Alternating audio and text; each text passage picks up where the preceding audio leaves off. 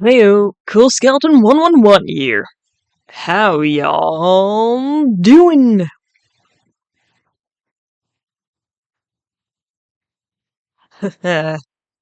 Alright, well today, we're getting back into Ace Attorney! Hopefully for the last time for this part. And then we'll take a short break. Alright, well, I suppose, if there's nothing else. Are you all ready to get into it?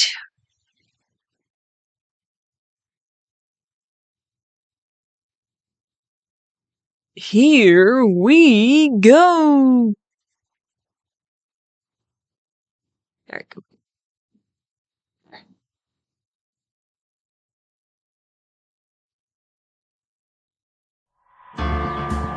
Just one moment.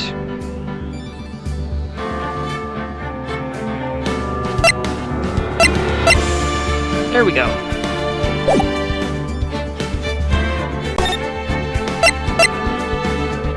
Alright.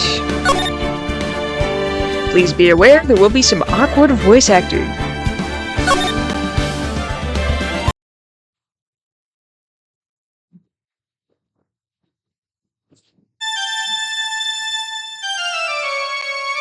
Oh?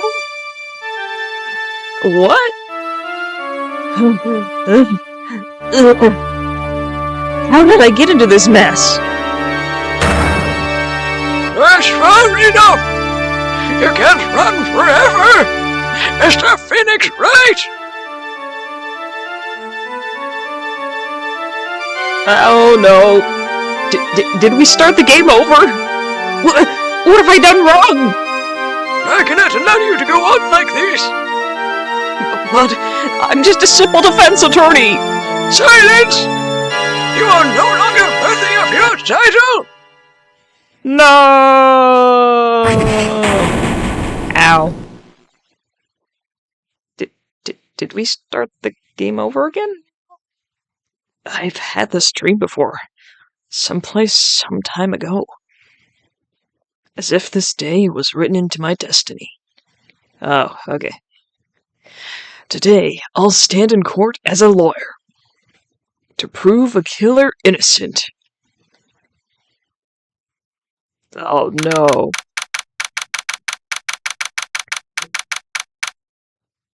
March 23rd, 9:43 a.m. District Court. Defendant Lobby number 3.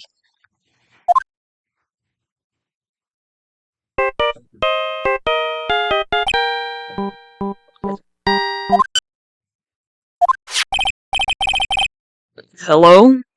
This is Phoenix Wright. You don't look so well, dude. Are you gonna prove me not guilty today? Right? I can't even get that voice down. Gosh darn it. And he's just doing a phone call. Oh, yeah. Plot twist.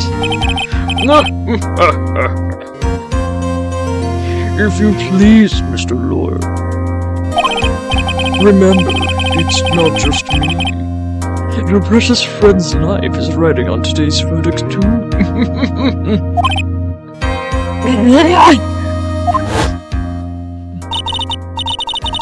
Now listen up! You'd better get under the guilty sentence, okay? If you get that creepy slime bag and not guilty, I'll never forgive you! Mother!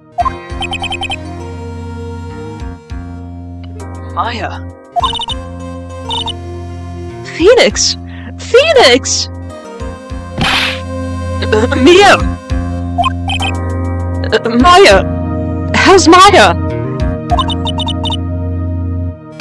I don't know. You don't know? She hasn't tried to channel me since yesterday. Mia, what am I supposed to do? Well, like I said, for a lawyer, the worst times are when you have to force your biggest smiles. But you can't give up. There's still some hope left. Stop it, please. There's nothing left. Not here, not anywhere.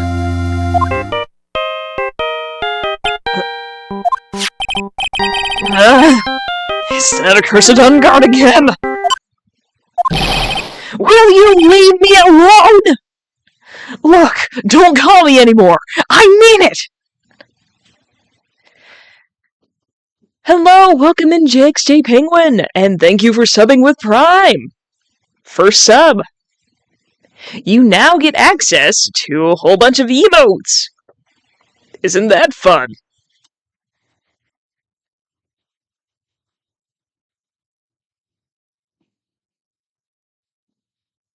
Alright, how you doing?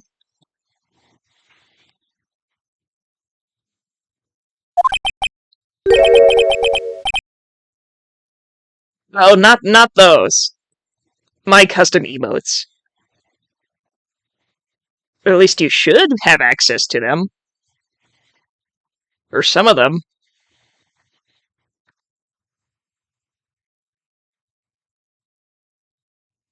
She? Who's she?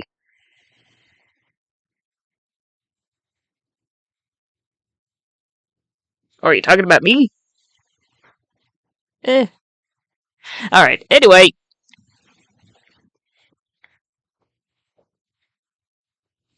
Let me try to get Gumshoe's voice here. You're really mean, pal. Gumshoe! I'm really sorry! Where are you? They let me join the investigation team, and we're chasing after the killer, pal! Then... you have some sort of lead? Sorry, but, right now we've got 0 leads on the guy. We're not going to give up!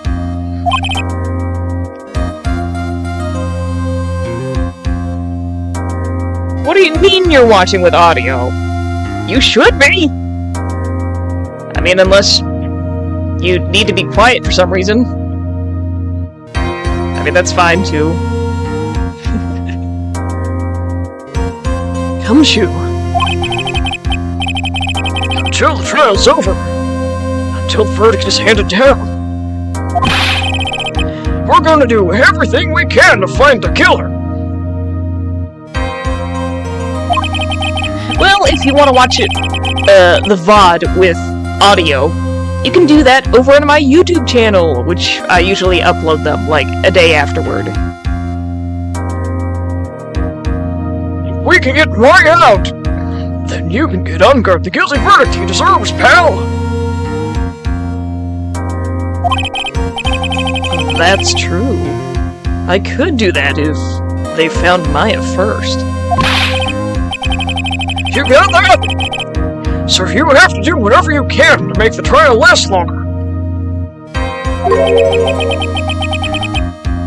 I have to make the trial last longer? If you go to have Mr. Edgeworth with everything you've got, then you two can draw it out.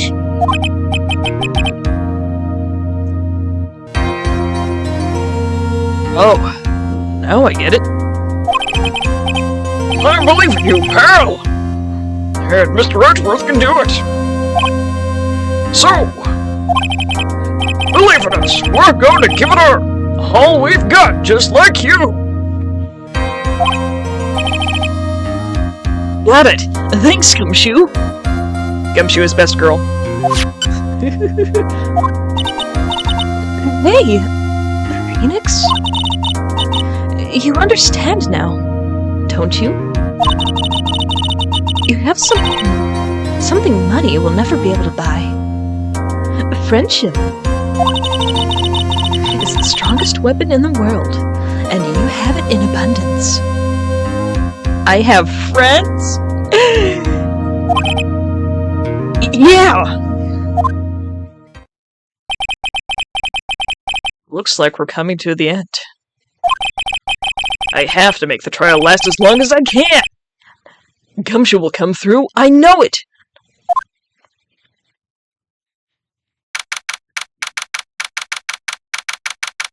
March 23rd, 10 a.m. District Court, Courtroom number 3.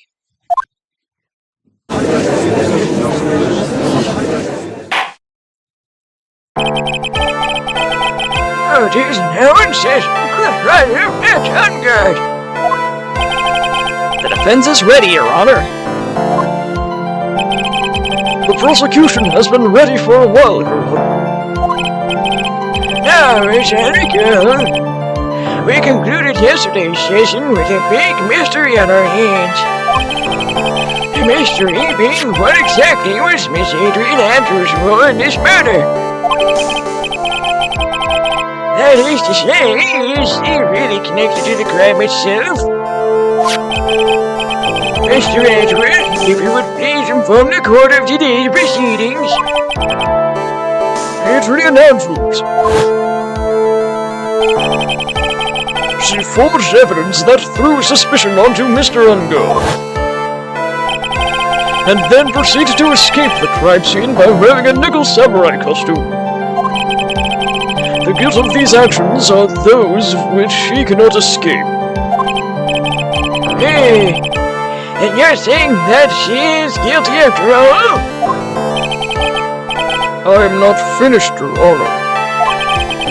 Miss Andrews has nothing to do with committing the actual murder. I would like to direct the court's attention to this card.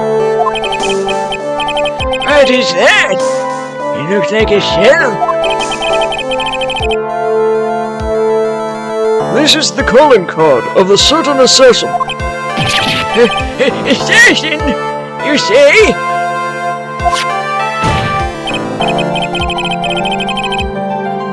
Yes, one corner was killed by a professional assassin. And the person who hired the assassin, his client, so to speak, is Matt Ungard.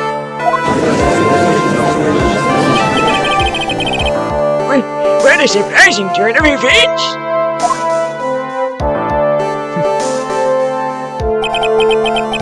I would think it's become a commonplace by now, Your Honor. I know what's going on this time. So I know that everything Edward has said is true. But we still have to hold out as long as we can. At least until Mai's safe and sound. I wonder how the trial will turn out today. Now then, please call your first witness, Mr. Ezra. The prosecution calls the defendant's mentor, Mr. Will Powers, to the stand.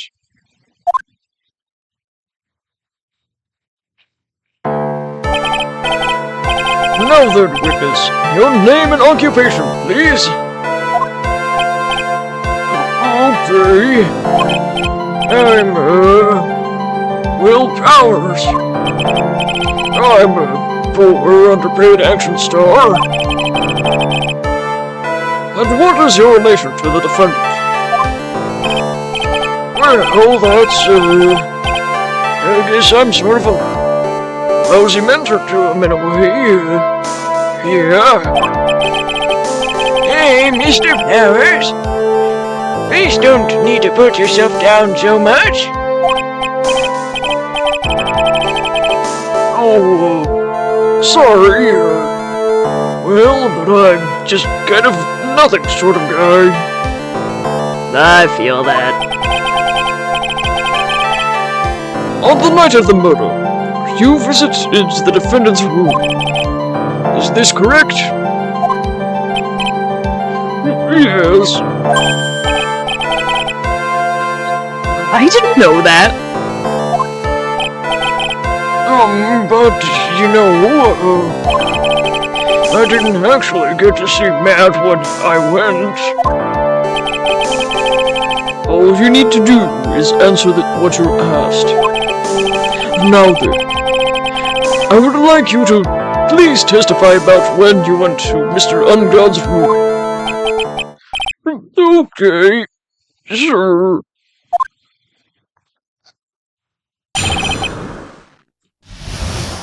Visit to Matt's room.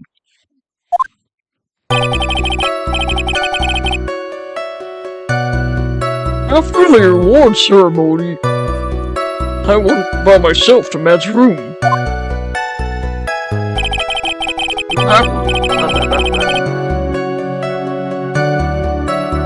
Hold on just a second.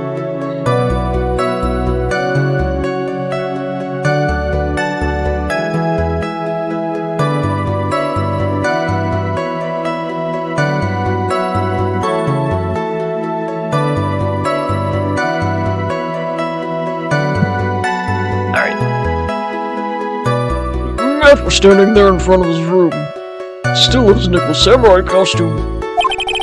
He was talking with someone at first.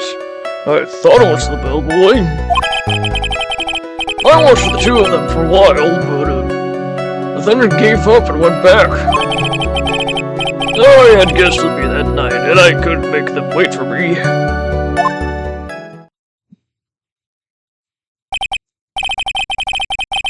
Oh, nothing sounds out of place from Mr. Power's testimony.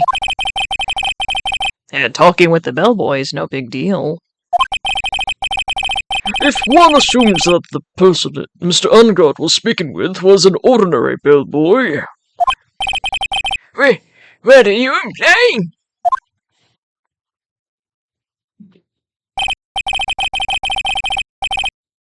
Well, Mr. Wright, let's have your cross-examination, shall we? Looks like we're in another sticky situation. A trap. Can you smell it, Phoenix? But for us to find out more, we're just going to have to charge in head first. Right?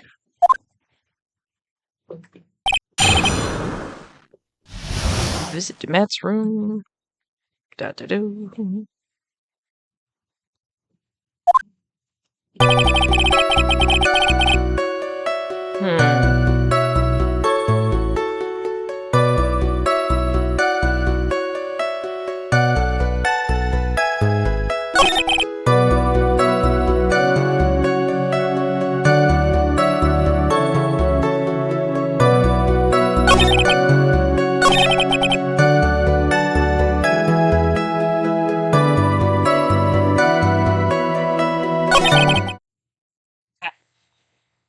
Whoopsies.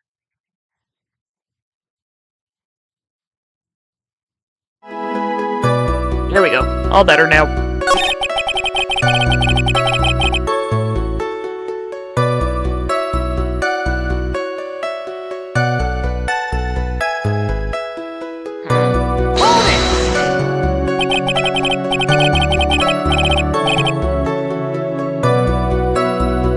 You saw the two of them, the bellboy and the defendant together, correct? Yeah, the bellboy just wanted to say congrats. Now, while you were watching the two of them, did you notice anything strange? Well, you know, I did feel something weird. I think it was because Matt, he gave the bellboy a tip. A tip? That's a perfectly normal thing to do. So, how long did you watch the two of them?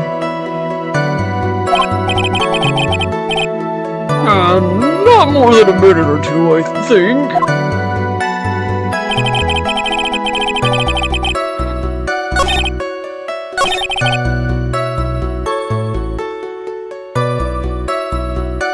Why did you think it was... What? That statement just sounds weird. At first? What do you mean by that? I didn't think he was normal bellboy. And why was that? Why did I think that, Mr. Wright? How am I supposed to know? Hey, wait a second. Actually, Mr. Powers, only a few minutes ago, you stated... You know, I did feel something weird. I think it was because Matt, well, he gave the bellboy a tip.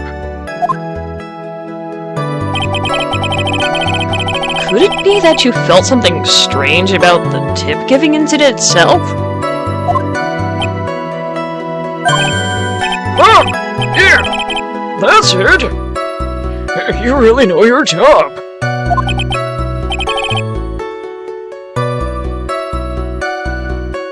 Hey, Mr. Edward? Yes, Your Honor. This bellboy. He wasn't an ordinary one, was he?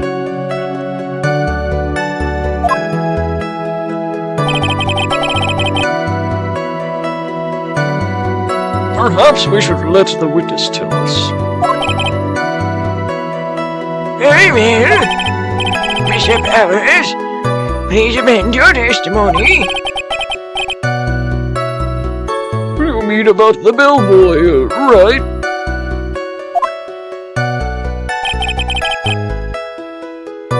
Alright, and we just press on this.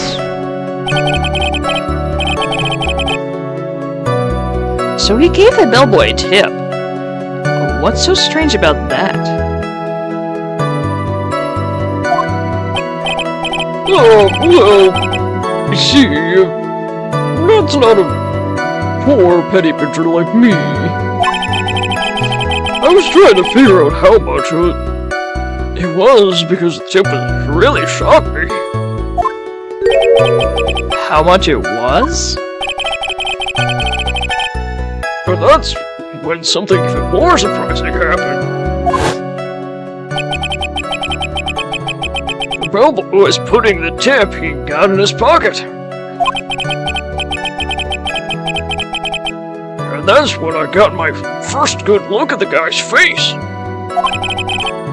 I was really shocked. Hey, I'm afraid I don't follow at all. It sounds like Mr. Powers was surprised twice by this event. I wonder which of the shocking moments I should ask about.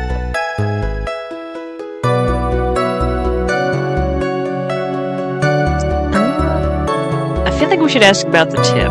Because if we ask about the bellboy's face, and it turns out to be, the killer... Oh boy. I don't want to be too forward with it. Because again, it said to just drag it out as long as possible. The defendant is a huge star. He can afford to give generous tips. Wouldn't you agree? Sure. Not giving him that much was maybe a little too much, I think. A little too much.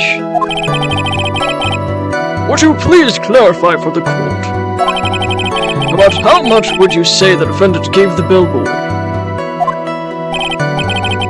Honestly, I don't know. I can't even begin to guess.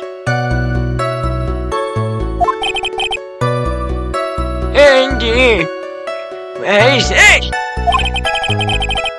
Because he gave the bellboy a really fat roll of cash. A roll of cash?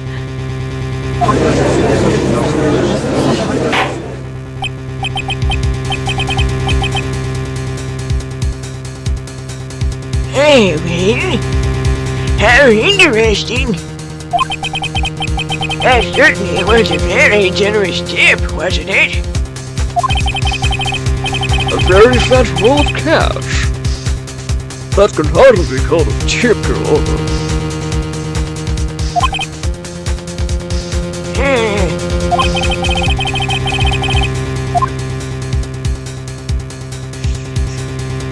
again, we gotta drag it out as long as possible.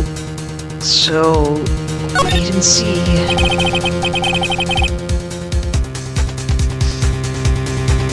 Alright.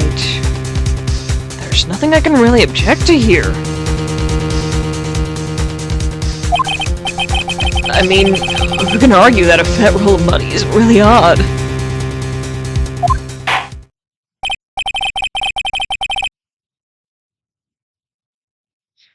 Hey, so supposing that roll of cash was not a tip, then what was it? Payment, Your Honor.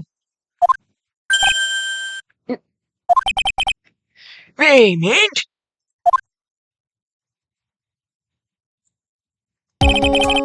Isn't it obvious for the murder in the one corridor? Then the bellboy, the witness saw. Yes, he was the assassin.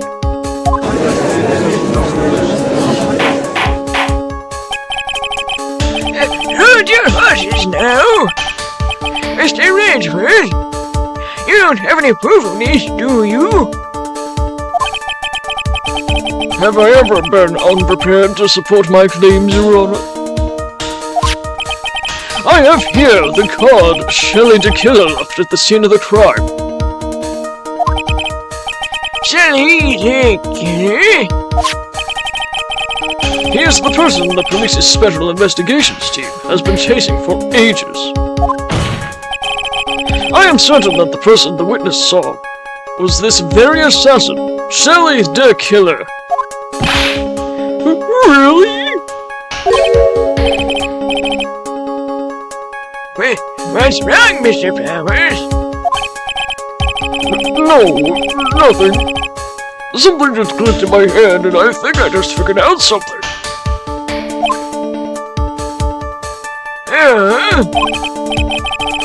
Actually, I saw that bellboy again later on that night. What?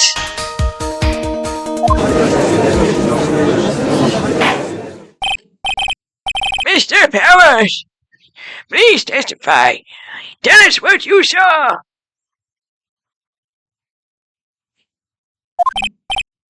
Yes, sir. Right away, sir.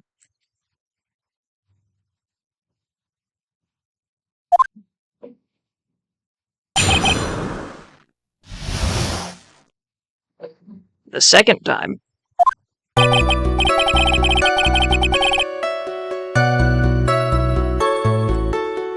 This time I was in the hallway because I had to go to the bathroom. And that's when that bellboy I saw earlier came out of the room. Of course, when I say room, I mean one corridor's room. Now that I think about it, that bellboy did seem kinda out of place.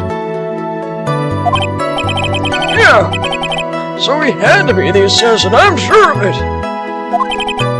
I mean,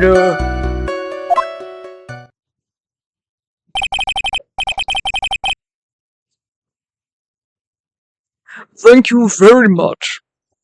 That is all we need for now. Huh? But I'm not done. There's still more. Let us first establish that the bellboy was truly Mr. the Killer. Then we shall see.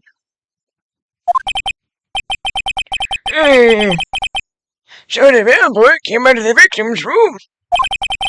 And if that bellboy really was the assassin, then I think the answer's fairly obvious. That would be correct, Your Honor. Well, Mr. Wright, I believe it's your turn to entertain and make us laugh.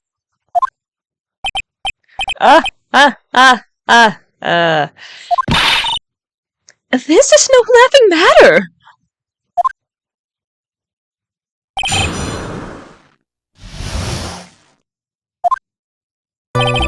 I'm gonna save.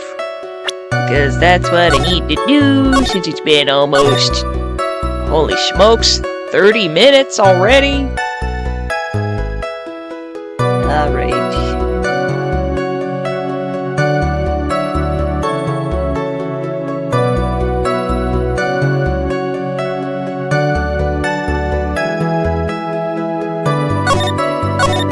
Do that again, just make sure. Double save.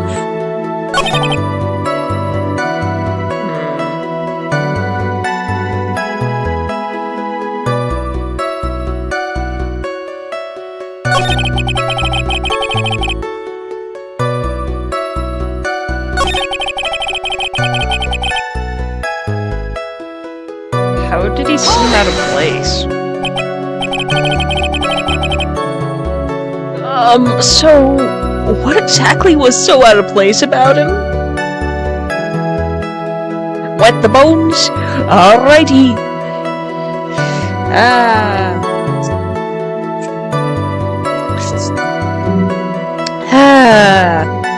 Audible slurping noises.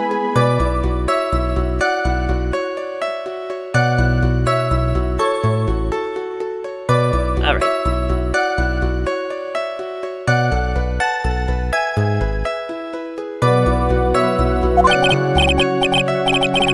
Right. Why the insipid green? Maybe because I have no idea what damaging thing he's gonna say next. Well, the bellboy was empty-handed. Empty-handed? That bellboy was one of those room service people, right? But he wasn't pushing a cart, and he wasn't holding a tray either. You'd call that a little strange too, wouldn't you? Hey, I agree. That is a bit strange, Mr. Powers. But is it really that unusual for a bellboy to be empty-handed? What should I do? Should I let Mr. Powers' testimony slide? We have to stall. There's nothing strange or unusual about an empty-handed bellboy. But it really is. There really isn't. If you two are done being school children, bellboys are for room service. There's no reason for them to be empty-handed, ever. What if they're going to the bathroom? I don't expect them to, like, take a tray in with them. Your Honor, I asked that the witness's previous statement be supplanted with this new one. That's worth. Are you going to do whatever you can to make the bellboy look suspicious? I see. Anyway, this court recognizes and grants the prosecution's request.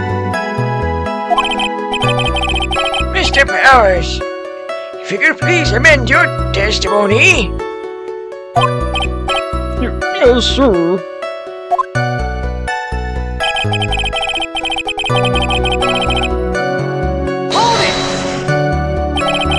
So you're saying that it's suspicious for him to be empty-handed?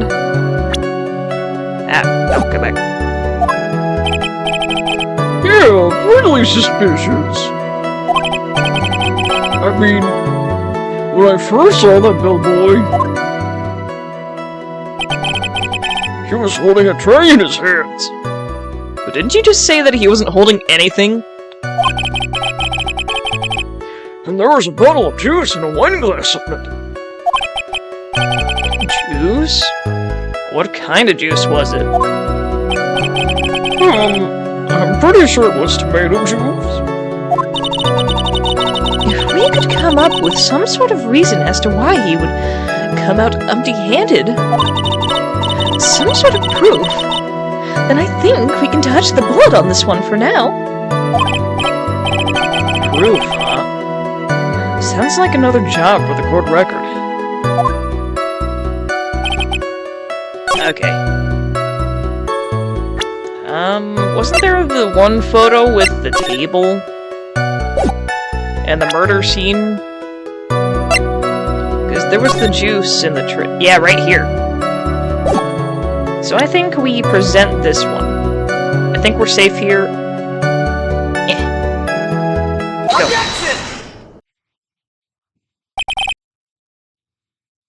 Mr. Powers. Yes? You're easily influenced by other people's words, aren't you? As soon as you heard that the bellboy might have been the killer, you got caught up in believing it must be true. But isn't he really suspicious? He's got all those stitches and So? A baseball has stitches? What do you mean? I mean, you could have gone with, like, he just got out of surgery, but, like... You went with a baseball? Are you saying all baseballs are suspicious because they have stitches?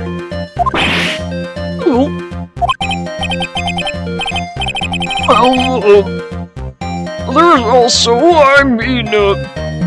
what about him being empty-handed? I would like to ask the court to please take a look here.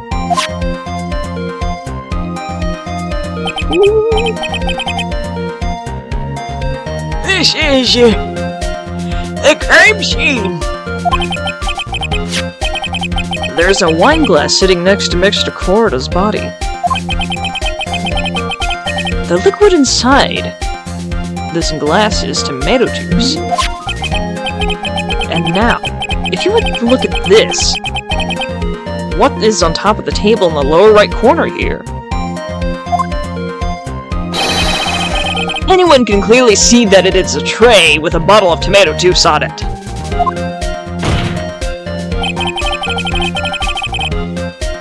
The bellboy had just brought this to Mr. Corda's room. He left the tray in the room, which is why he was empty-handed when he left. Oh! Right!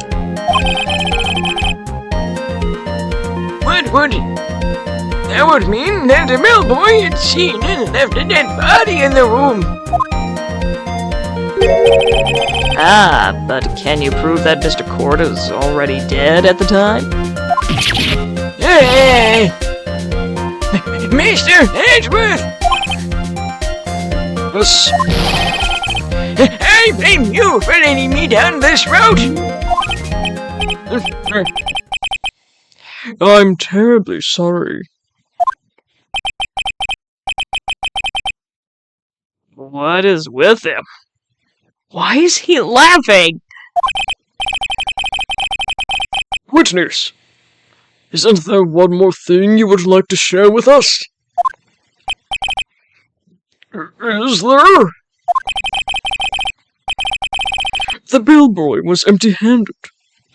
Or should I say empty-handed? I recall you had something interesting to say about his hands. Oh yeah, I almost forgot. What? The bellboy, he was wearing gloves. Gloves? Yeah, pinch black leather ones. All the other bellboys didn't wear gloves like that, right? Black leather gloves? Why didn't you mention them earlier? Sorry, it slipped my mind.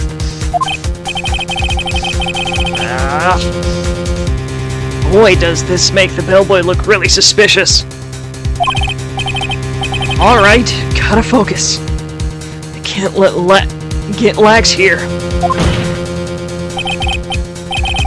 So what if he had gloves? A lot of bellboys wear gloves. Come on, Mr. Wright. The bellboy was wearing black leather ones. So, a football is made of leather. Oh man. Are you saying all footballs are suspicious because they're made of leather? Oh my gosh. Man! He received a large roll of cash from the defendant. And then he was seen leaving the crime scene wearing black leather gloves. I don't think that even someone like myself can believe he was just another bellboy. Ugh. It seems that we have finally come to an understanding. Now then, witness, please continue with the rest of your testimony.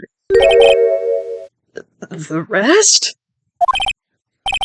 Oh yes, please tell us more. Okay.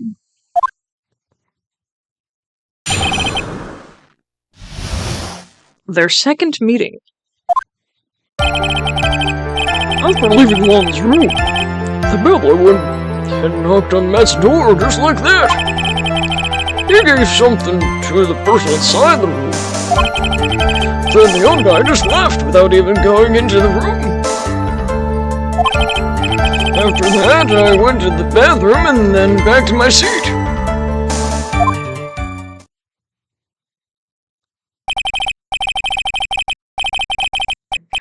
So the bellboy was leaving the crime scene, and next went to the defendant's room. Yeah, I kinda saw all that by accident. Some accident? I'd say you saw too much. And all of it was suspicious to high heaven. I think it's safe to say that we can no longer consider this bellboy to be normal. Now then, let's get started, shall we? Mr. Wright, the cross-examination, please. Yes, Your Honor.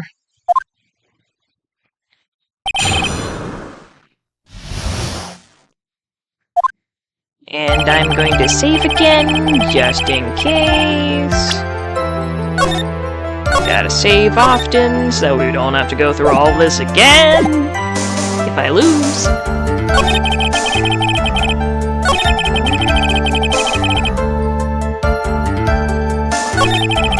I'm gonna ask about what he gave him. Where is it? There.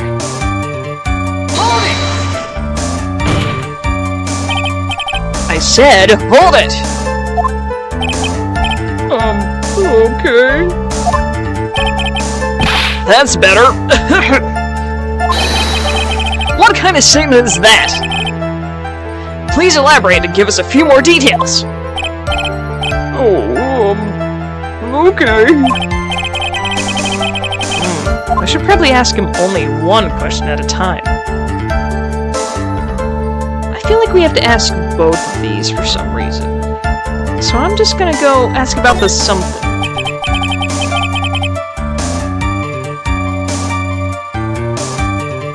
He gave something to this person.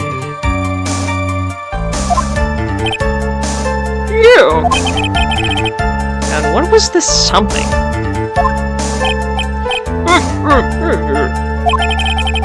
If I had remembered what it was, I wouldn't be calling it something, would I? Well, this implies that something was removed from the scene of the crime. Are you sure you really can't remember, Mr. Powers? I think it was something kinda small.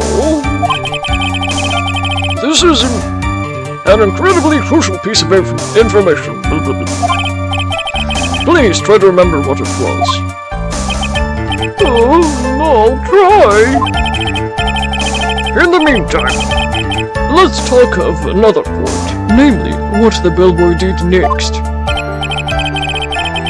Oh, so after he gave the person inside the room the thing,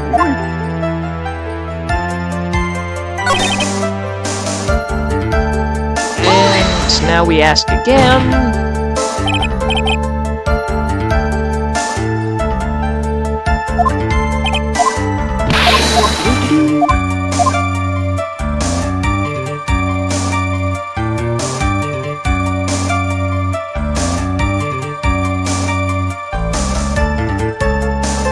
Ask about the person inside. So who took this something the bellboy handed off?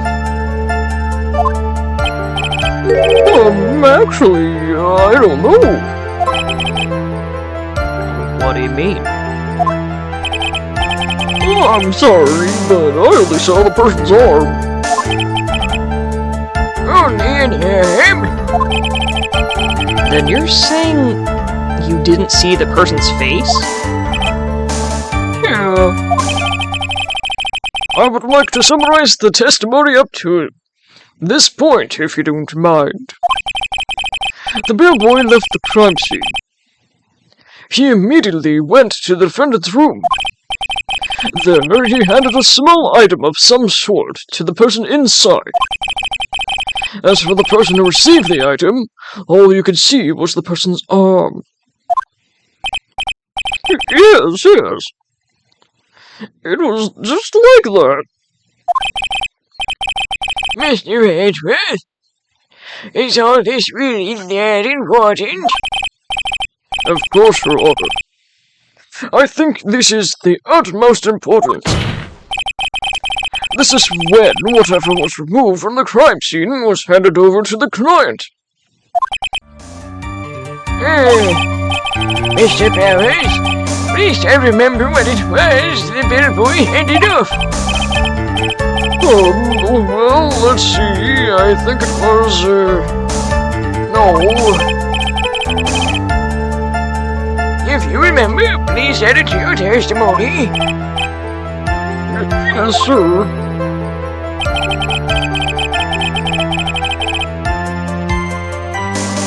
If I saw him again, I could say for sure. But I think it was some sort of wooden statue. Wooden statue? Do we have anything like that? Wait a minute. A wooden bear. I'm gonna present it. Objection!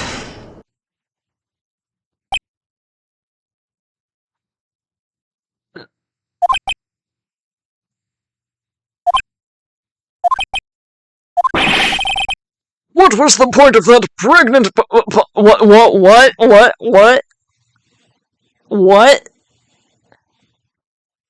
What? A what? Okay. Where does that objection come from? Well, speak up. It was me, Your Honor. What is it, Phoenix? I have a feeling that something bad is going to happen once I show this. Mr. Wright, if you have something to say, please spit it out. Yes, Your Honor.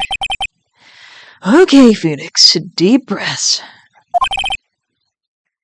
Mr. Powers, the something you saw, was it this item?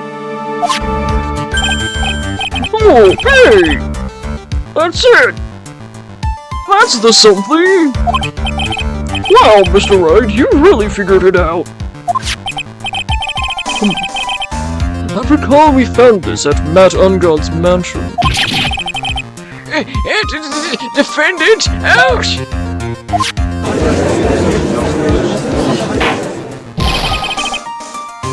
What does this mean? It's simply wrong. Shelley the killer assassinated one cord on this room. and then he stole the wooden bear from the scene of the crime. And the bear being found at Matt Unguard's mansion would mean... It goes without saying, Your Honor.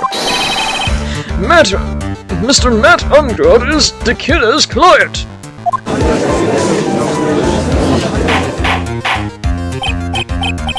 Order! I said order!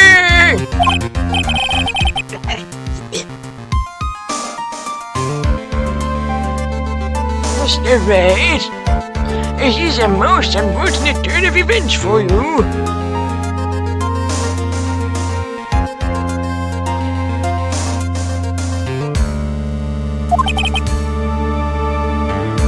Yeah. Sorry, Mia. No, it's alright. Your judgment was sound. Actually, I figured the bear would come up. If not now, then it would have gone later on.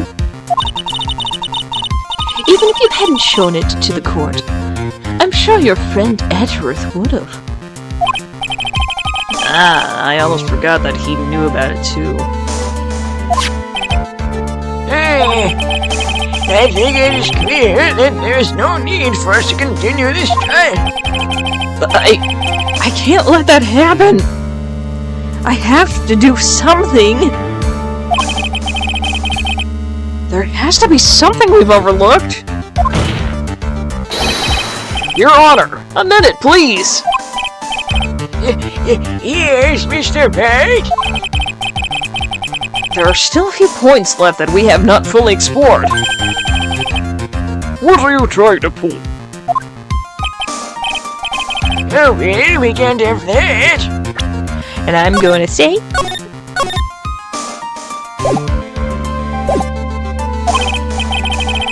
Alright, Mr. Wright.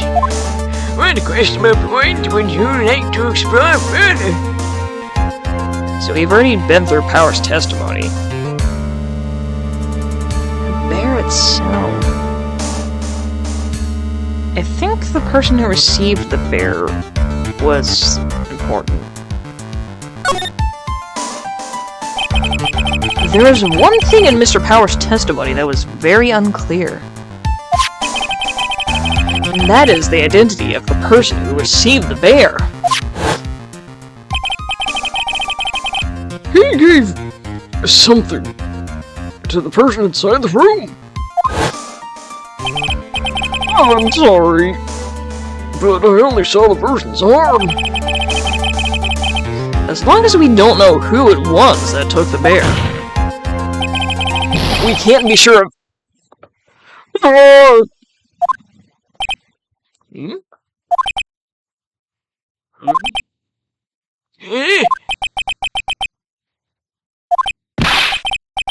What is it, Mr. Powers?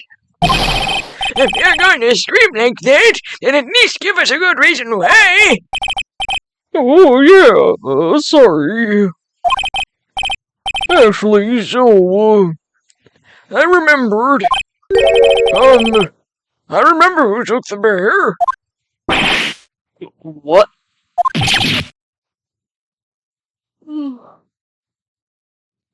Really? I mean, I only saw his arm, but the arm. It was the Nickel Samurai's arm, I swear. You've got to be kidding! Are you sure of that, Mr. Powers? Yeah, I'm sure it was the Nickel Samurai.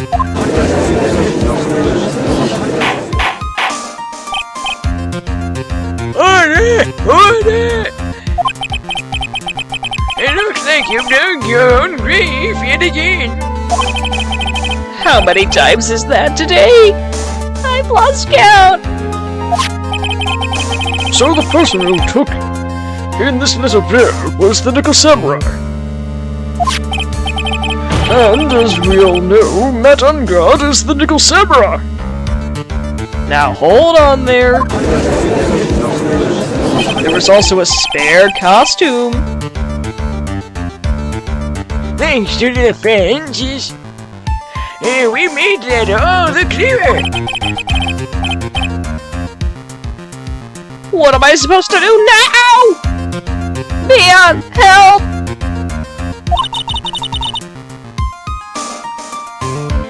You don't have time to act lost. You've got to find another angle of attack from. Hurry!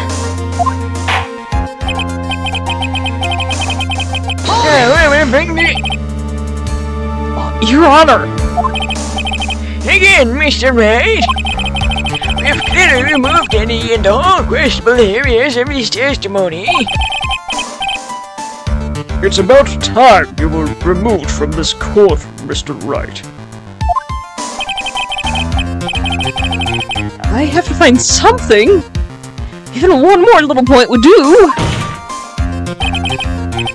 There are still questions left unanswered! What are you trying to pull? Oh, well, we can't have that. Alright, Mr. Wright, what questionable point would you like to explore further? The bear itself? Again, we've already explored pretty much all of the testimony. Alrighty.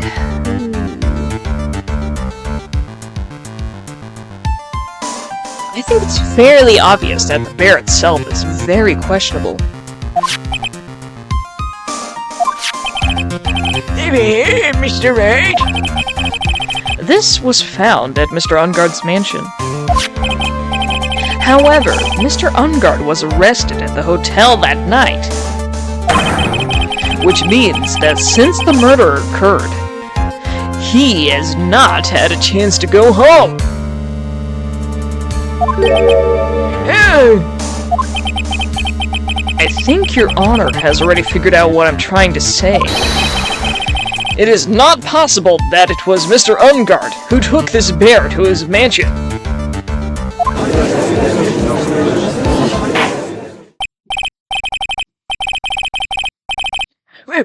why, that's very true.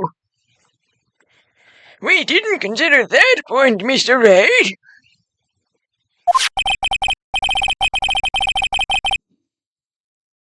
There was no way time-wise for the defendant to have taken this bear home. Ooh. Disaster avert.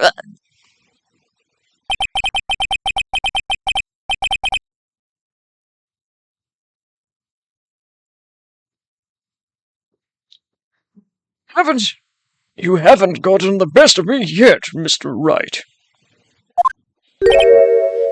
Huh? I remember it clear as day. I remember what you muttered to yourself at Ungard's mansion.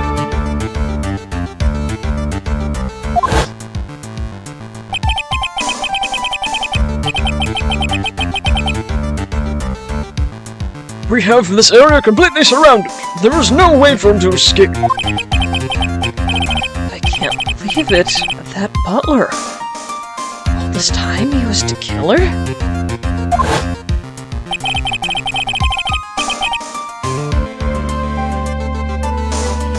The killer and Ungard were working together, so to speak. And the killer was hiding at Ungard's mansion. As its butler. Hello, one. Welcome in. How you doing?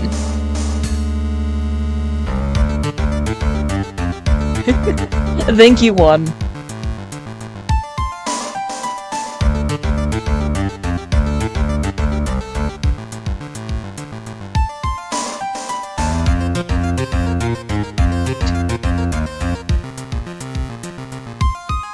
Oh, heck yeah! Well, congrats! Oh, you broke up. Never mind, sorry. Oh, man. Well, that's rough. Yeah, my bad, I read that wrong. Okay.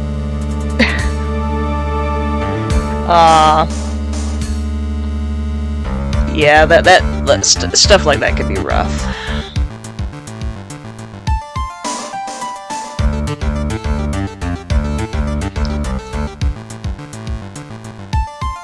Well, I suppose while you're here, you can, like, chill and all that stuff, and you're always welcome here. Yeah, it is what it is. Alright.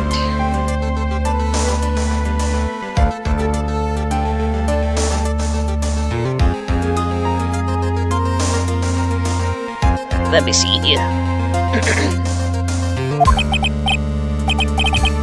Yeah, you strong. Heckin' strong. Drink all the milk and strong bones.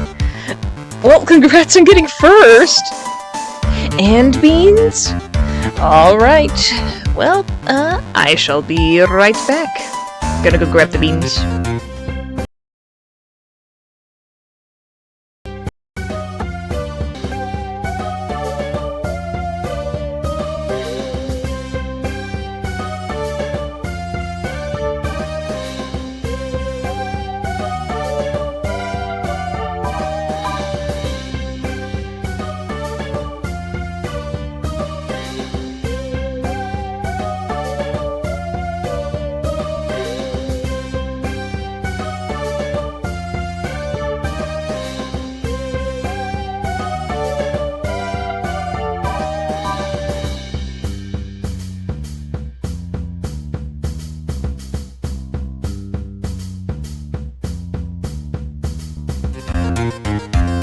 Alright, I have returned with the beans! Let us see if we get a tasty one or an ucky one. And spinning now! That was a bad spin. Alright, here we go. It looks like I got peach or barf. Ooh, I'm probably gonna vomit this. Alright, let me see if I can find one. Might need to... I think I got one? It's like orangish with like red speckles. Or that might be the strawberry banana. No, I think strawberry banana is a little bit lighter. Maybe? I don't know. I can't tell. I'm just gonna eat one and see what it tastes like. Oh, peach or barf? Alright, in we go.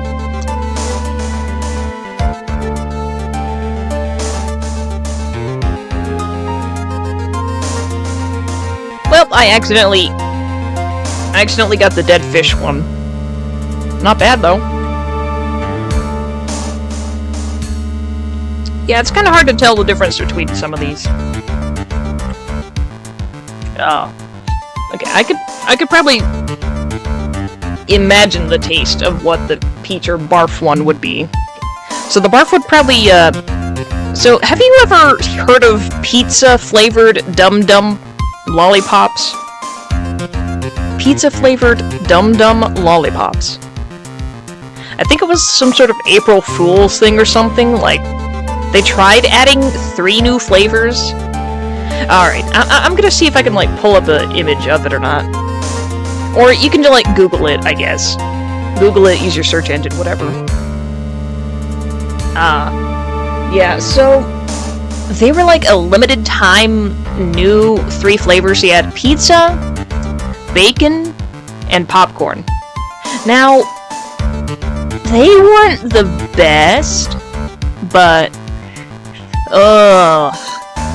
no, it's just the pizza one. The pizza one tasted like vomit. Exactly like the Bean Boozled barf flavor. Ah yes, surf the net. But oh my gosh, no, I'm so glad that they got rid of them. I don't know what it was for, but dear gods. Ugh. Never again, please.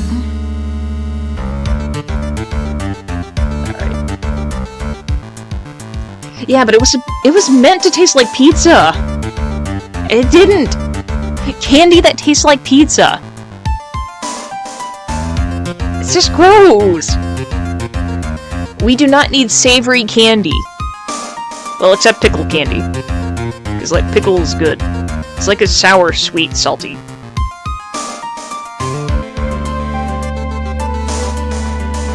Pizza candy sounds good. Well, good for you, I guess. Just not for me. Not for me. Alright, anyway, we should get back to the game now. Wait, what about a move?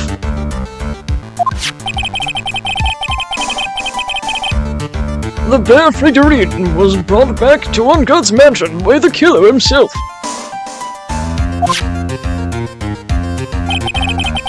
When it looked like he was about to be arrested, Ungod had him do so. I assume because it would have been bad had the police found it during their investigation.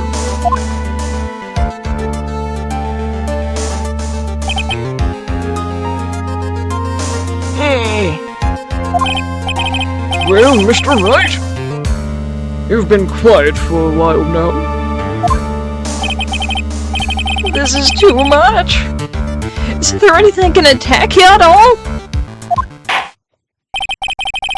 I think we've heard enough. We now know why this bear figurine was at the Fenton's mansion. As well as who it was that received the bear from the assassin in this room. Everything has become very clear. The client who had the assassin commit the murder was Mr. Bad Ungod. I see no reason for this trial to continue. Therefore, I will now hand down my... Excuse me. I will now, therefore, hand down my verdict. No! Thank you, Your Honor, for your understanding. You see, Mr. Wright, you could not win against the truth, could you?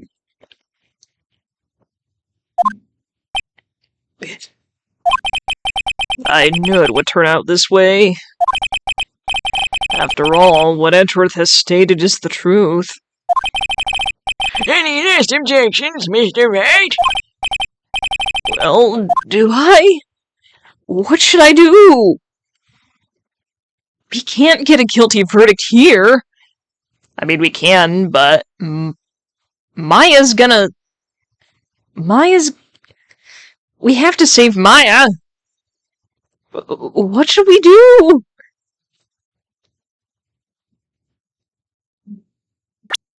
I'm gonna save here.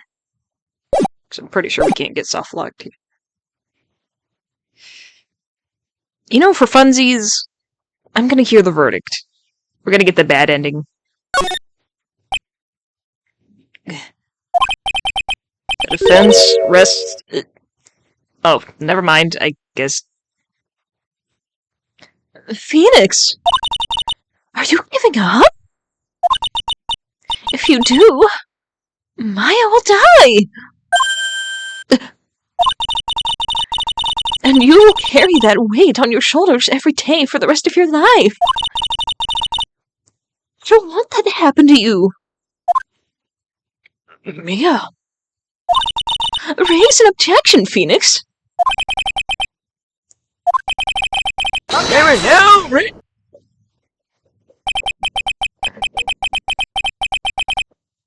There's only one way for me to drag this trial out.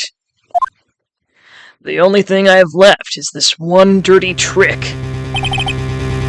Your Honor, right now we have these two reasons to believe my client is the assassin's client. Reason number one, he accepted the bear figurine from the assassin. Reason number two, that very same figurine was found at Mr. Ungard's mansion. However, it's possible this is work of a certain other person. What are you saying? What I'm saying is, it's possible a different person is the killer's real client. Alright.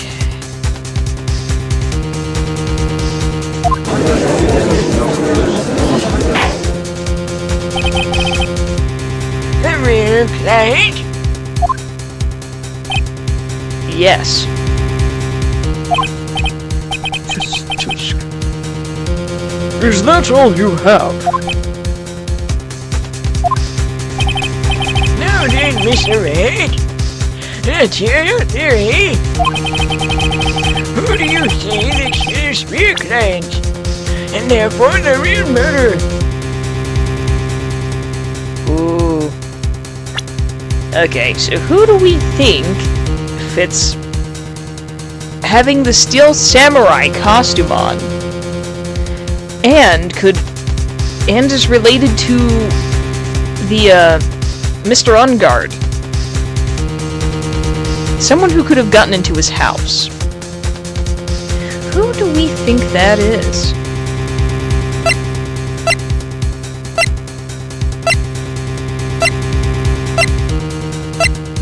I feel like somebody could have. And that somebody is Adrian Andrews. She's not guilty, by the way. Hey, Adrian Andrews? Yes, we already know that she tried to frame Matt on guard for the crime. By wearing a spare nickel samurai costume. Hey! Wrong voice. The Nickel Samurai's costume arm. That was, That could have very well been Miss Andrews.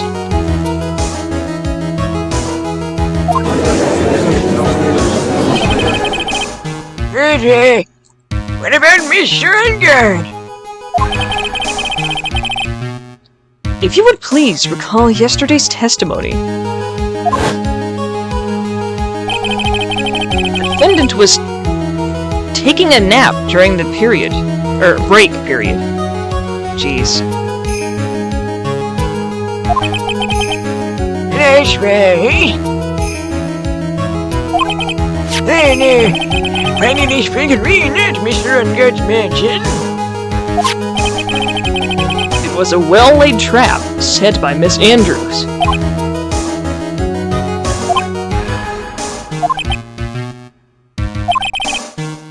Mr. Andrews, what is your opinion on this?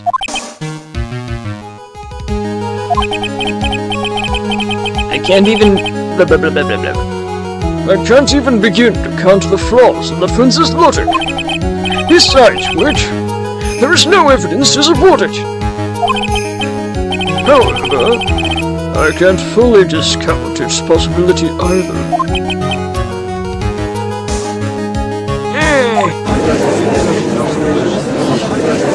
What is with this trial? Come on! Anyone can tell Ungard did it! I can't believe the defense would go that far to pin the guilt on someone else. Yeah, unbelievable! It's not something petty! This is a safe fire! This is a safe fire! What if the whole world turns against me? This is one fight I can't give up on!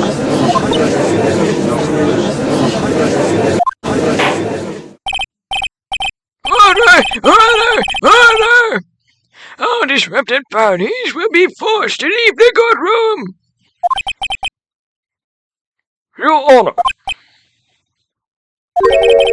for the benefit of the defense, I'm willing to play along with this what-if game. He's a what-if game, Mr. Edgeworth. The prosecution is prepared to challenge the defense's theory.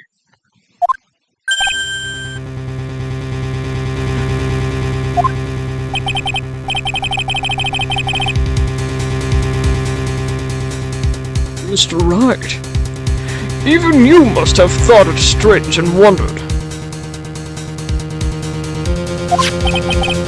Why would the criminal want this little wooden bear? He's right. The killer did especially bring that bear to Ungard right away. Why do you ask? Is there something special about it? Absolutely. And I'm sure that once the court knows its significance, the true killer's identity will become crystal clear.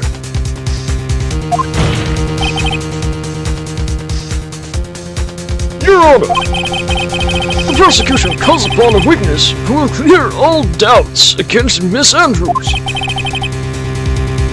And, who would that be? It's quite simple, Your Honor. Miss Adrian Andrews herself. I see. Well then, the court will take a short 10-minute recess. The prosecution will prepare its witness in that time. Yes, Your Honor. Woo! March 23rd, 11:54 a.m. District Court, Defendant Lobby Number 3. Oh, I knew it would be a good idea to falter hostage. Don't you agree, Mr. Lawyer? But I never thought in your desperation you'd try to pin the guilt on Adrian.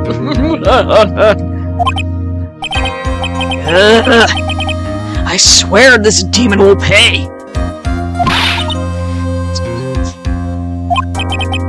Girls? Where's Mia?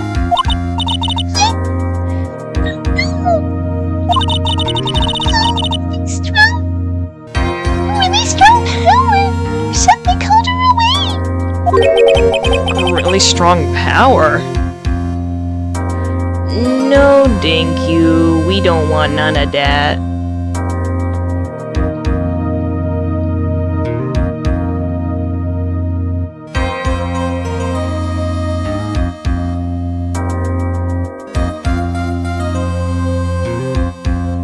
Alright.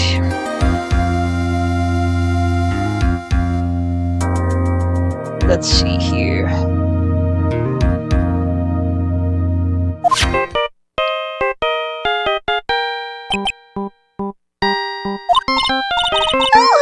Mr. Nick, your phone is... It's from Gumshoe!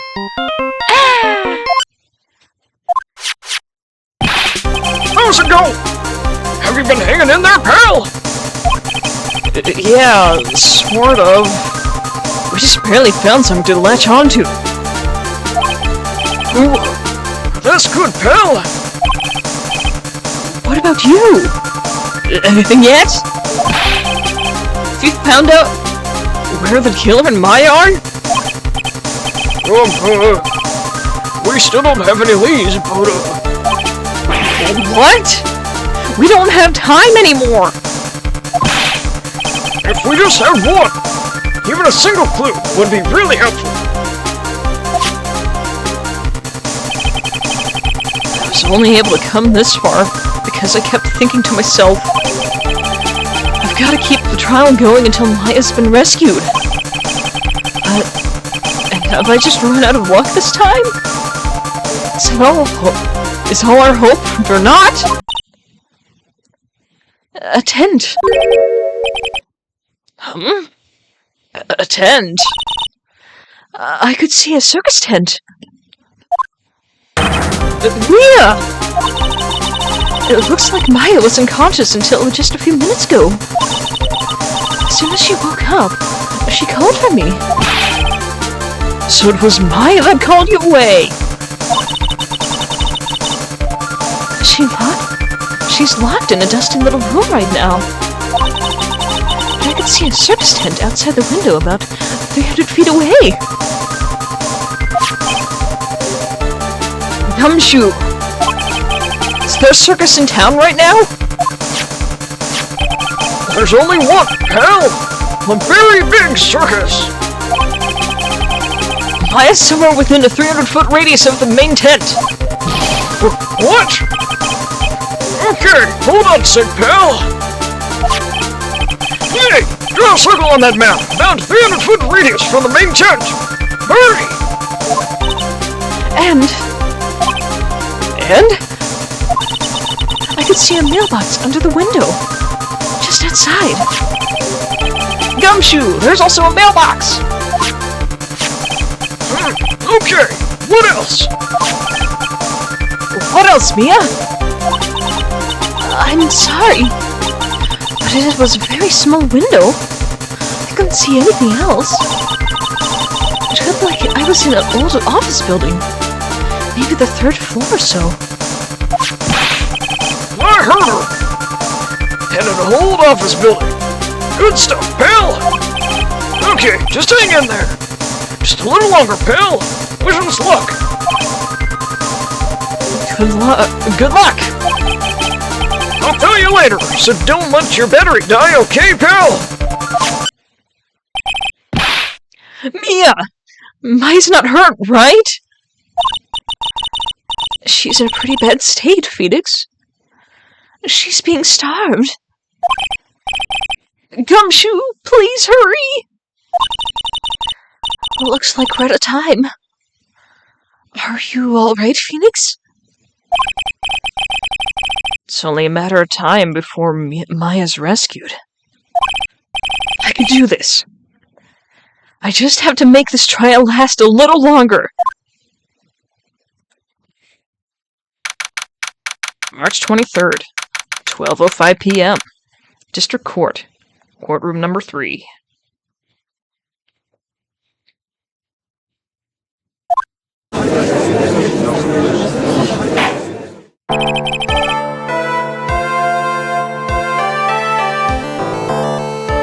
Right now, reconvene! The killer, the man who murdered the victim, handed this to his client. From this, one obvious question arises. Why this particular item? I believe the answer to that question will provide us with the name of the real culprit. Now then, the prosecution calls the defendant's manager, Adrian Andrews, to the stand.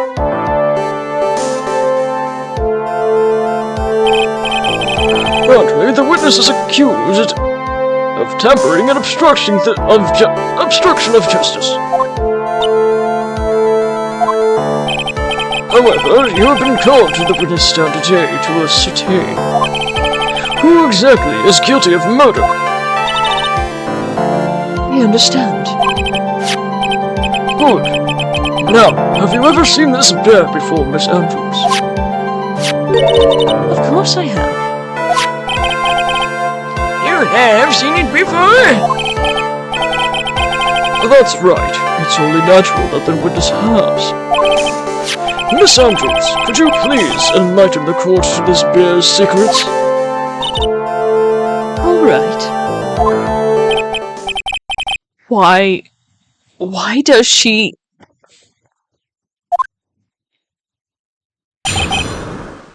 The bear figurine.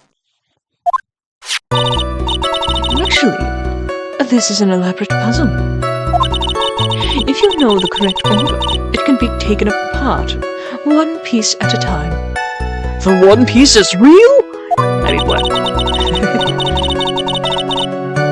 At its center is a small cavity with just enough room to store a small item. Because of its complexity, if you don't know the order, you can't open the bear. You really can't tell that it's a small jewelry box just by looking at it.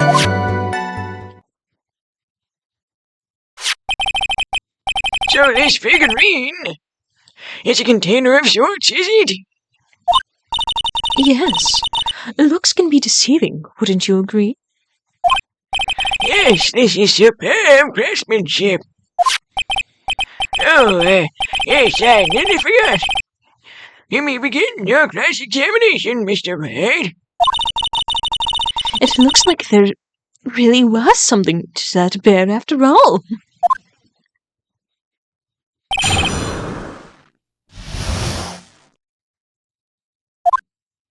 So I had a quick sneak peek at the walkthrough, And it said to just press on all statements. But I'm gonna save here real quick.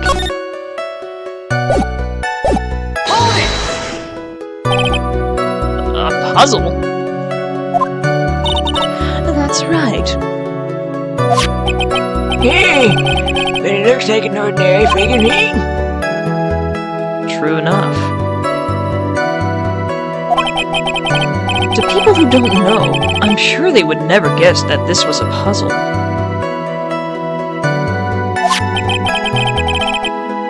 So what kind of puzzle is this exactly?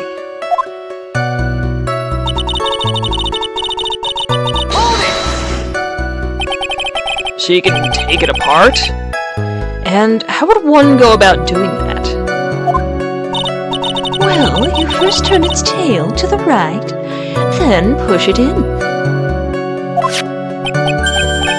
Oh yes, I see. After that, the arms and legs are free to move and can be removed. Oh, this is most interesting.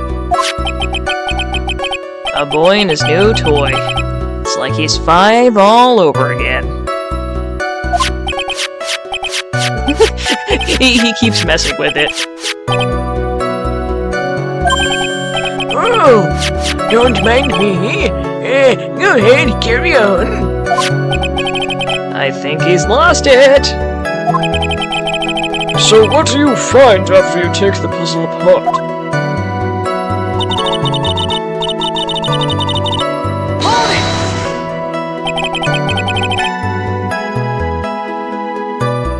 And how do you know about this? I know because I was the one who brought it. Or bought it.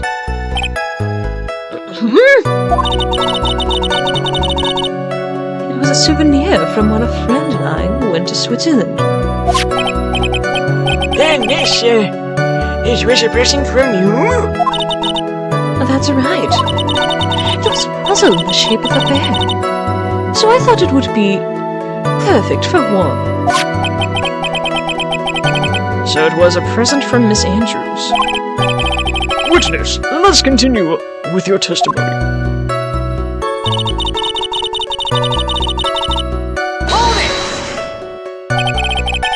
So who exactly knew how to solve this puzzle?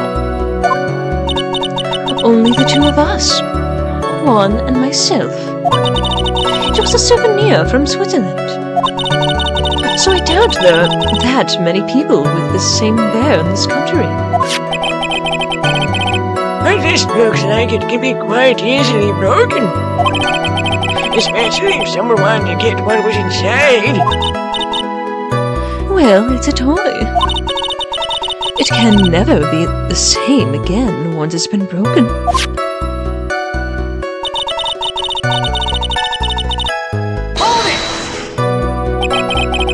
Who else knows that this bear is actually a small container or jewelry box?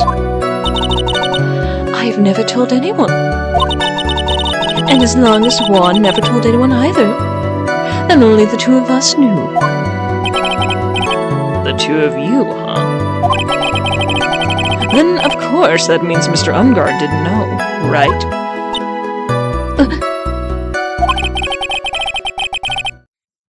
I think this is all about I'm going to get for now.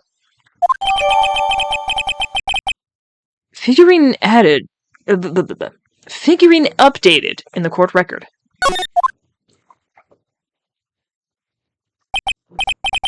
Well, Mr. Wright, I think even you have come to realize.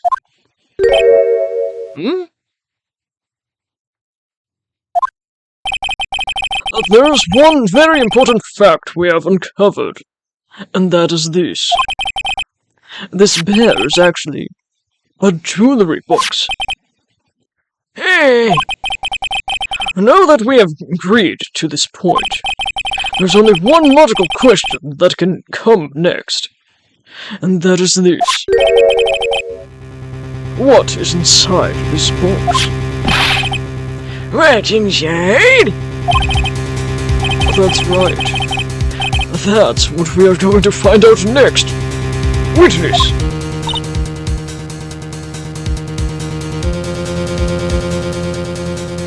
Yes? You are the only one who can open this. Please.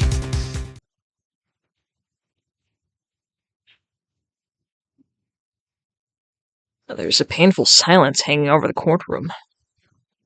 All eyes are on Miss Andrews. Now then, she opens the box. I've opened it. Is this what you wanted? What is that? It looks like a note. I don't think we need to guess at what that is, do we, Mr. Wright? It's the suicide note. A suicide note? The suicide note left by Juan Corda, former manager of Celeste Impacts. Until now, no one knew of its whereabouts. But just as we suspected, it was hidden. Hidden by the victim, Juan Corda himself.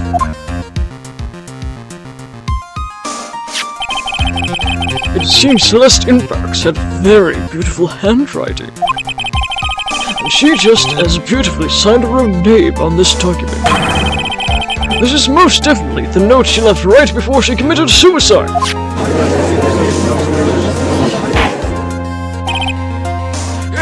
There! Witness! Did you know about this? Yes, I did. I heard all about it from Juan. When I discovered his body, I looked at the bear. I wanted to destroy the note before it became public. But I couldn't find it anywhere. Because it had already been taken by the killer. Everything is going at Mr. Edgeworth's pace. So now that the suicide note has been found, what's the next logical question? What is written on the note? That's right. At least, that's what I would think. Now then, I believe it's only appropriate the contents of this note be made known. I can't stop you, can I? I went through so much just to get my hands on it. And I was going to burn it. For her sake. I'm deeply sorry, but I can't allow you to persuade me to stop. Your Honor, if you could please read the contents of the note aloud. Very well.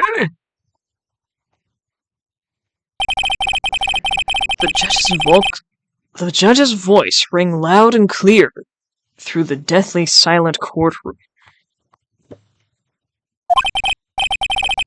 In her note, Celeste Impacts left to us a record of all that had happened to her. About being used and then thrown away by Ungard. About being engaged to Corda and the Ungard's role in destroying that. And about how she decided, in her despair, to end it all.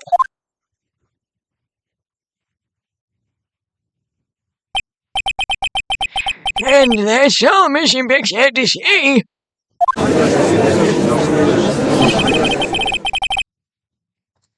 There is one thing I would like to say here. The prosecution has no interest in slandering Mr. Ungard. Hey, nay. What? Our intention, Your Honor, is is to establish a motive for murder. Isn't that correct, witness? Yes. On the night of the murder, one was going to make the contents of the note public.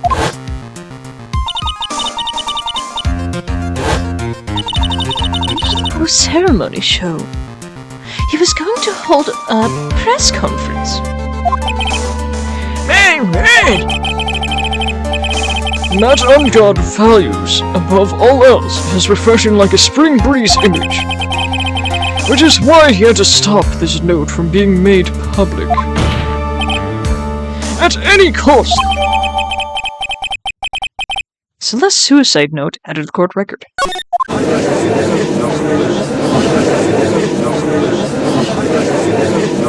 It's Ungard's fault. He killed a woman. And this time he went as far as to kill someone to stop him from revealing that. Out. I guess there are slumber lawyers who will defend them. I can't read that fast. There's no room for doubt here. Mr. Dekia's client, Cole, was to obtain a suicide note. And the only person who needed this note that bad is the defendant. Let us not forget that the note inside was found at the defendant's house.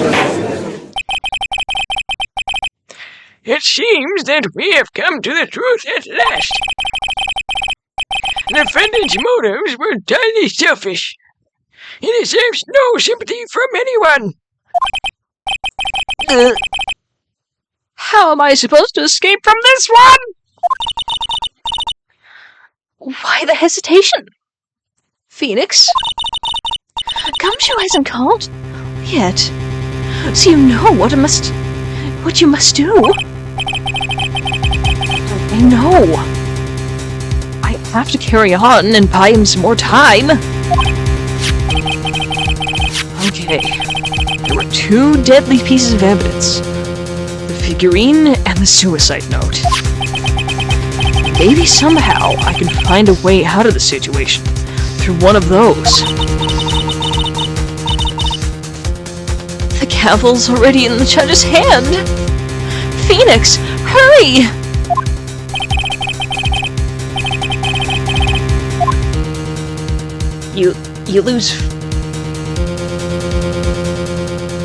You lost your phone?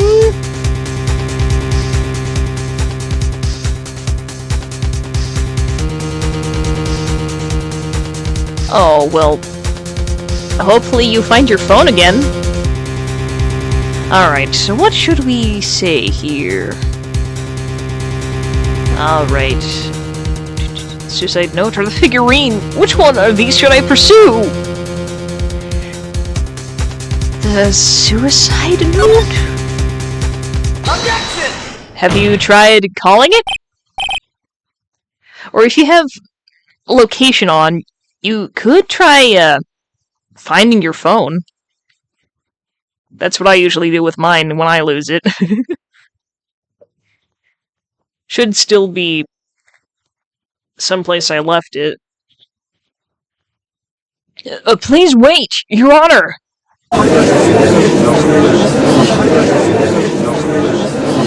Oh man, look at that lawyer. He's still going at it? Oh. Boo. Well, I suppose as long as it's still in the location that you, or the vicinity that you left it in, you should be able to... okay, yay! You found it! Okay. I think Your Honor believes that Matt Ungard killed in order to obtain this note.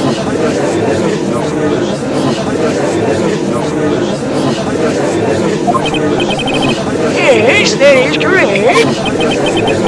But that seems a little strange. In fact, I think there's a contradiction here.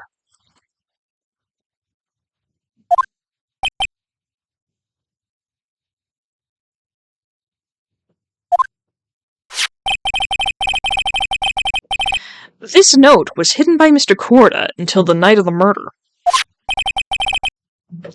If that is the case, I say that Matt Ungard could not have known what was written on this note. Oh, I didn't think of that way.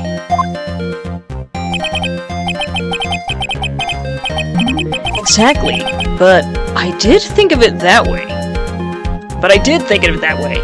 I thought it was rather strange. No one in their right mind would kill for a note without first knowing what it said.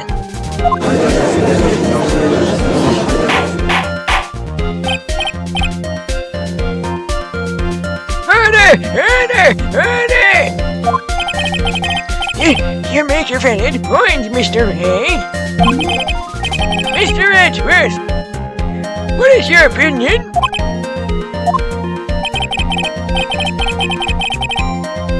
It was just a flash, but I think I did rather well on this one. Unfortunately, I think he believes differently. I believe a show of appreciation is in order. Hey! The defense seems to be in love with wishing more despair upon itself.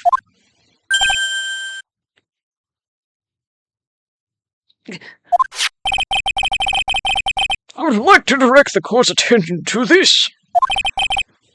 Where is that? It is a very small video camera, Your Honor.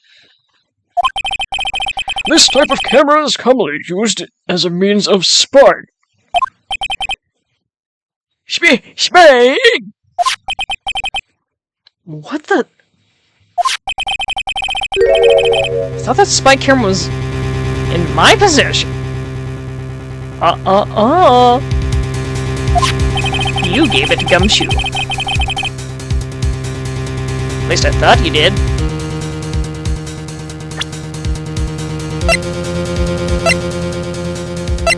What? Oh, you must have, like, a similar one, I guess. Matt Ungard and the victim both thought of the other as their biggest rival. They even went as far as to use this type of item to find each other's weakness.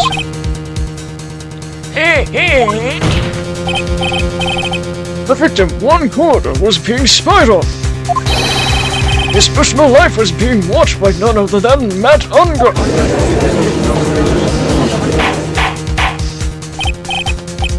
Order! Hey, Mr. Wright? Yes, Your Honor? You!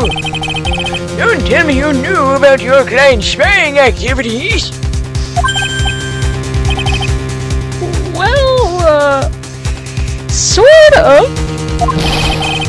Sort of is not an acceptable answer, Mr. Wright. I see you are confused, Mr. Wright. You're probably thinking, but I to have the camera that was in the stuffed bear's eye.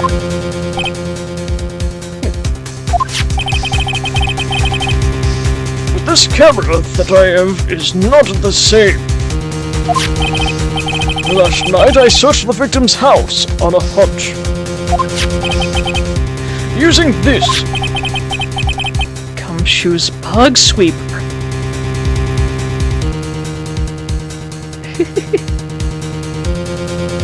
That is a very neat emote.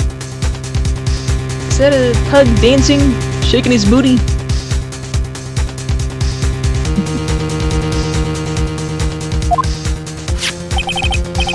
By the way, Mr. Wright, the defendant's fingerprints were found on this camera. Matt Ungard's fingerprints were on there? Well, Phoenix? It looks like those cameras were hidden all over the place, huh? What am I supposed to say to that evidence?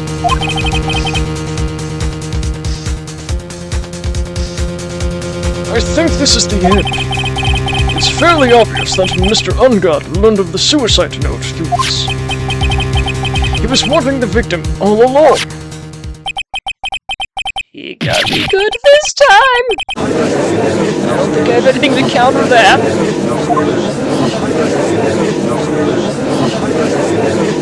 Hey, now what's that? Mommy, is that man up there killing? Shush, shut up, don't look at him. He's sweating, it's just so... Ugh, nasty.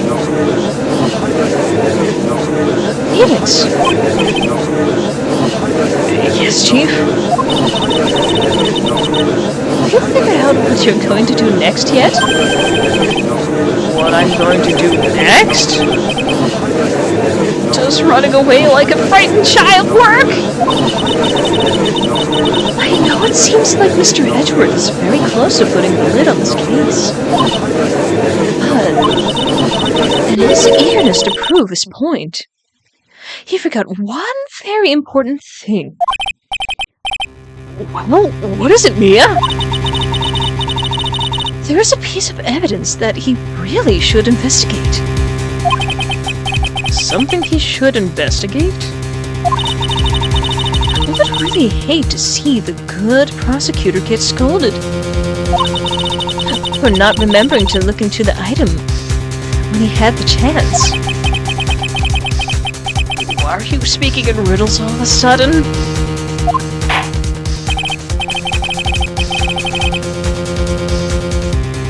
Alright, I think it's time we finally understand everything. Mr. Wright, you don't have any further objections, do you? What is this piece of evidence that Mia was talking about? Should I figure out what it was that still needs to be looked at, or should I let it go? Well, we have to present something. Otherwise the trial's gonna end here. And Mai isn't safe yet. I have an objection, Your Honor.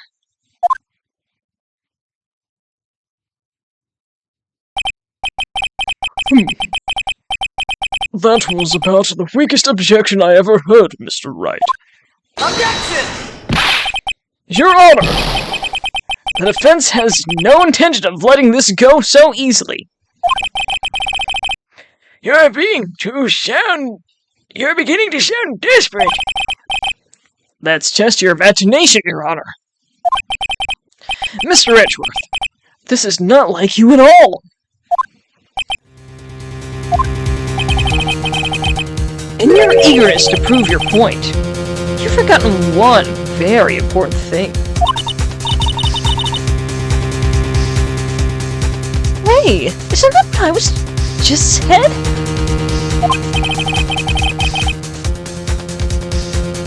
So, you're telling me that I forgot something? You're so close, Mr. Edgeworth. There's something you really should examine about this piece of evidence. Like what?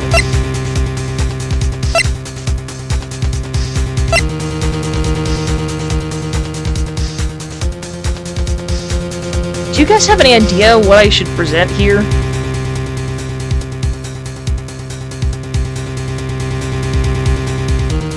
Like,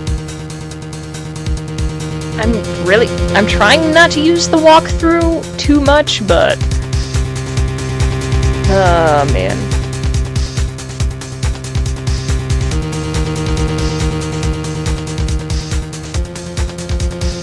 Well, I suppose we could try the newest piece of evidence we just got. Hasn't been thoroughly examined. Take that! Oh, I guess it worked.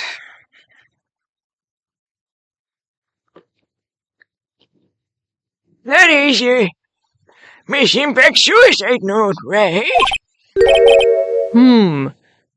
Who knows? I mean, sure, this suicide note was found inside this bear. But this bear was in my possession until only a few moments ago.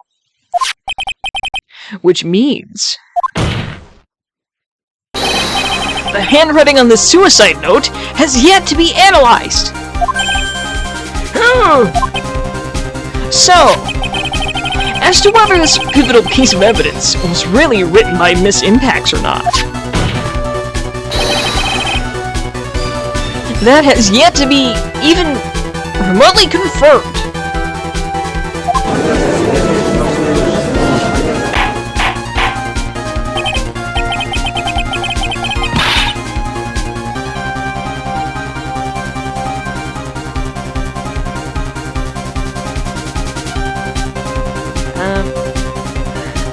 Mr. Wright, are you saying this suicide note is a fake? You were the one who tried to pin this murder on Mr. Ungard. Who's to say you didn't create a fake suicide note and then put it into the bear? How dare you! Your Honor, the defense is indiscriminately accusing the witness again.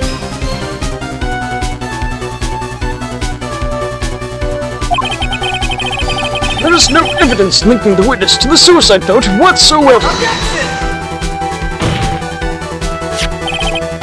But if this is a fake, then the witness is the only person who could have made it. What?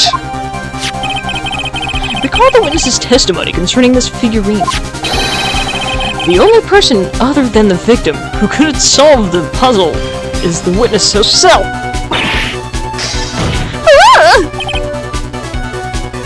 Miss Andrews, you wrote this note, didn't you?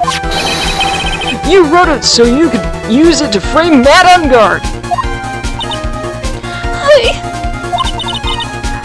No such thing!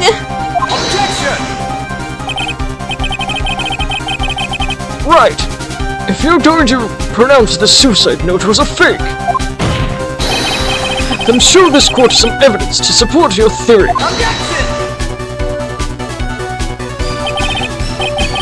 Mr. Ashworth, you were the one who presented the scrap of paper as evidence.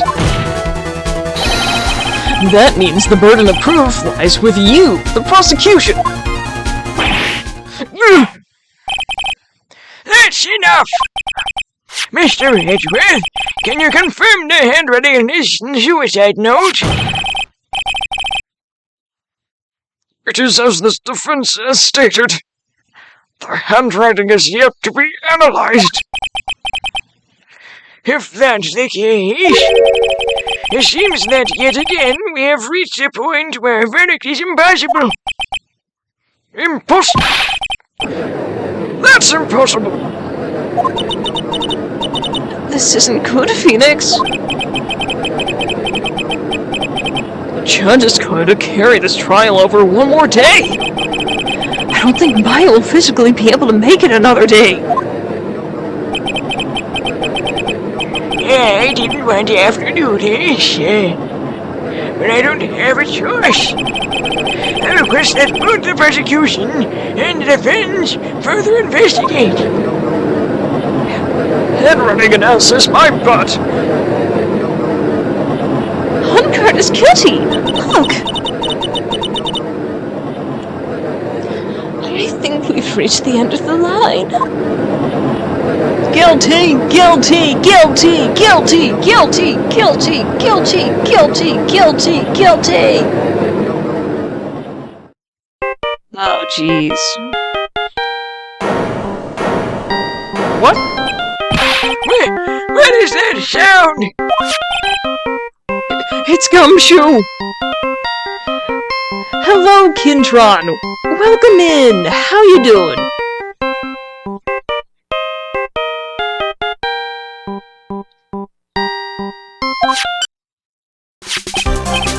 Hello? Gumshoe?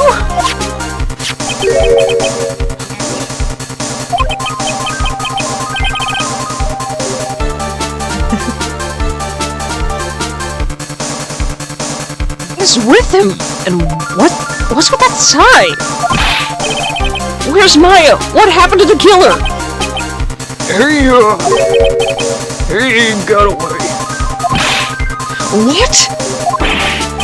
I'm sorry, pal, I really am. I don't know what to say besides I'm sorry. I wish there was some way to make it up to you, I really do. Anyway, what's going on? We found this hideout, pal. Two of them already gone. This is terrible. I'm gonna keep looking for them, pal. Don't you worry. I just need a little bit more time. But Don't tell me we don't have any more.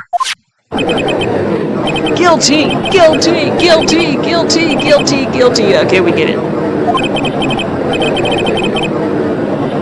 Do you hear that? They're calling for his head. Mr. Wright, I can't. First to come this far and... Oh! What is it? Let me talk to Mr. Edgeworth. I can't do that. Mr. Wright, would you please get a hold of yourself? Yes, Your Honor. I'm about to end this trial. Today's proceedings. You may take your phone calls after. Hold on, Your Honor. Edgeworth, Catch! Take that! Wait, what? What just happened? What? Mr. Edgeworth? Please, you gotta buy some more time. Court is in session.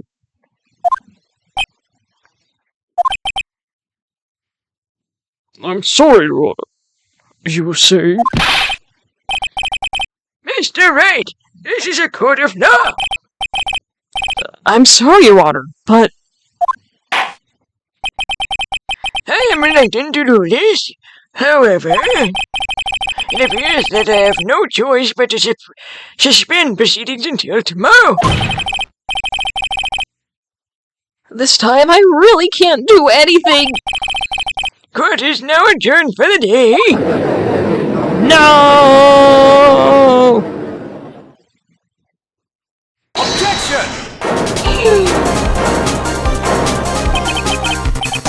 Please wait, Your Honor. Edgeworth? What is it, Mr. Edgeworth? I humbly request another 30 minutes of your Honor's time.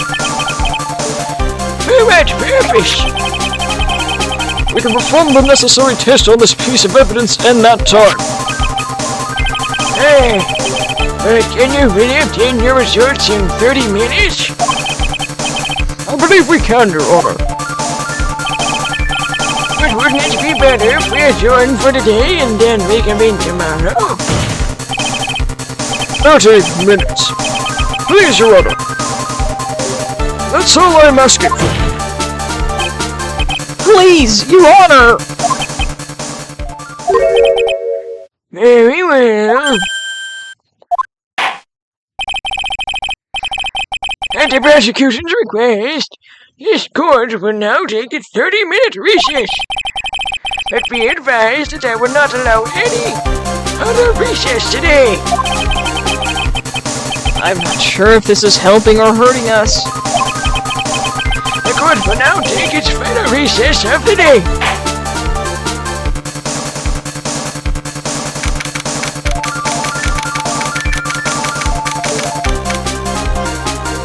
March 23rd, 2:04 p.m. District Court, Defendant Lobby number 3. Right. Well, what's going on with my situation? The killer.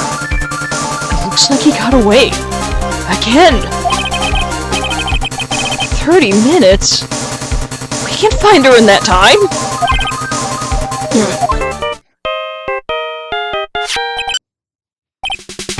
Report! Is that Mr. Edgeworth? We don't have time. Just spit it out. Right. It looks like we just missed him, sir. But the killer left a few things behind by accident. In his rush to get away. A few things. Can we use any of them as evidence? Oh. I thought you'd ask, pal. I've got the things he left with me right now, and I'm on my way over. Really? That's all. Any items like that are usually sent to the crime lab first. We don't have time to wait for those guys, sir. When those guys weren't looking, I swiped the stuff and ran. What? Well, I'm not a detective anymore, so I had to. I'm really sorry, sir, but I've got to put the law on hold for now. Sounds bad. I hope he doesn't get into too much trouble over this. With my hunky-dunk car, I'd say I'd be there in about 20 minutes, sir. Don't worry, I'll be there. Wait for me. Alright, just get here in one piece. I'm on a mission. No one can stop me now, sir. No one. I'm pulling down all the stops and running every red light. No, don't do that!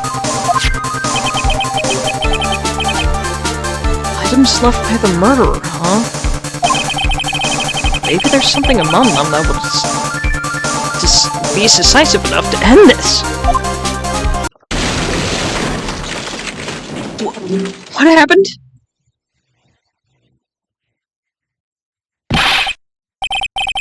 Hey! What's wrong? Detective Gumshoe! Answer me!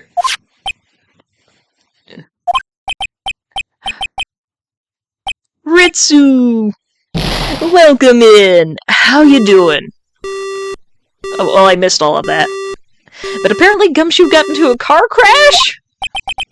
No! Gumshoe!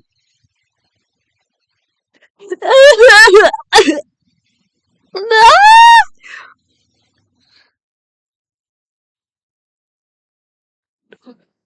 What happened?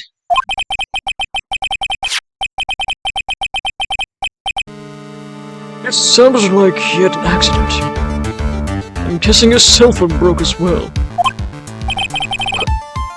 What was he thinking? Yeah, it's a Monday, so not really much happening. At least for me, it's a Monday.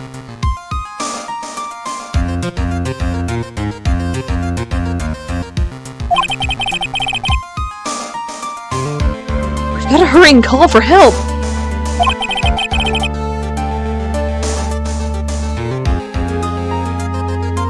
But we have no idea where he is! His cell phone is broken, and he wasn't driving a patrol car, so no radio either.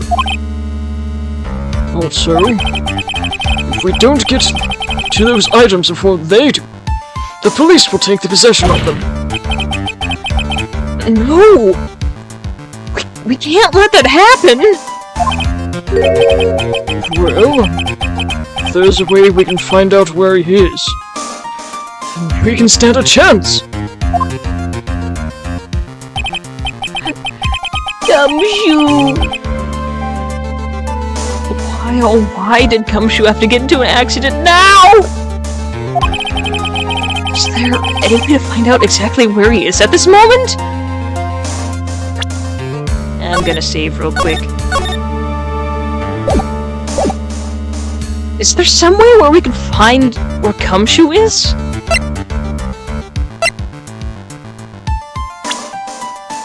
Is there someone who could help us find him?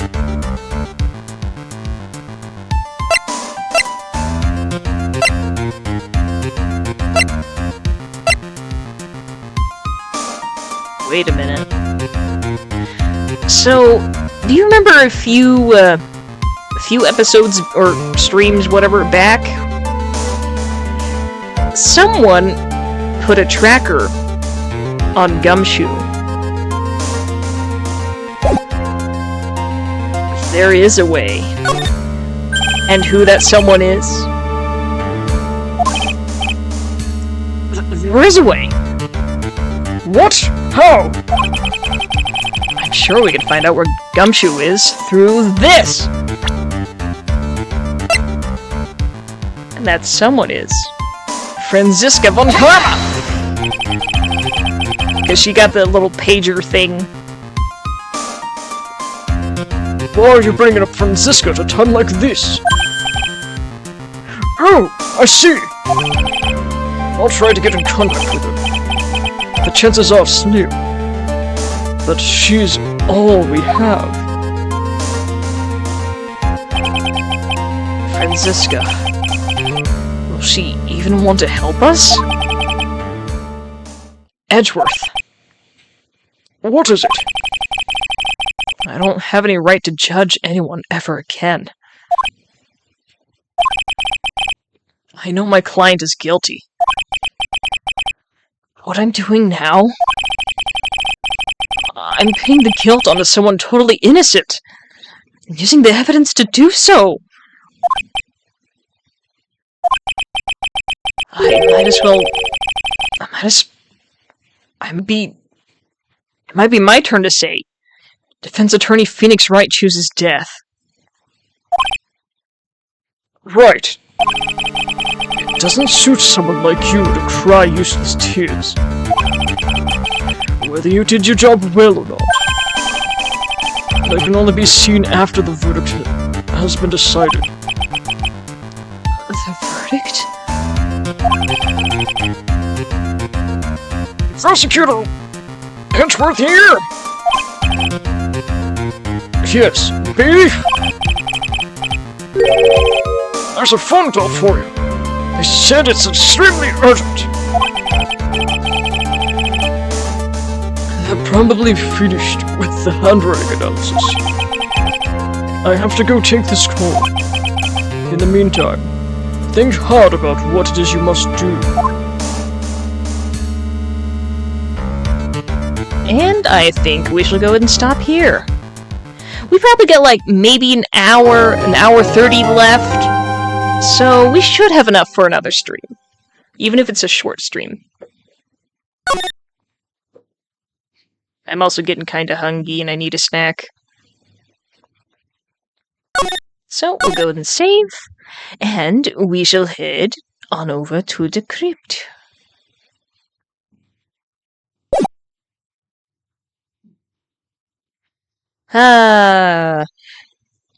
Okay, for sure, next time we should be able to finish it.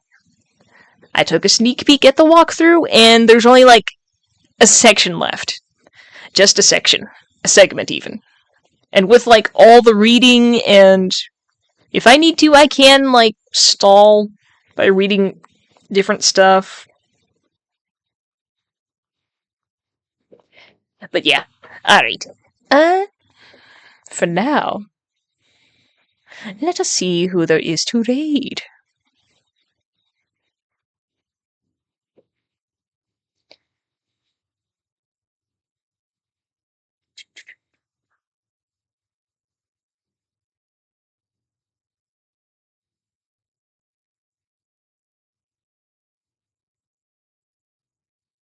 What in the world is going on?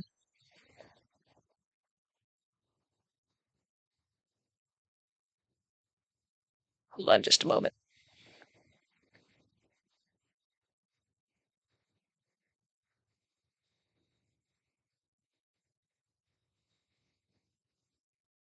Trying to pull it up.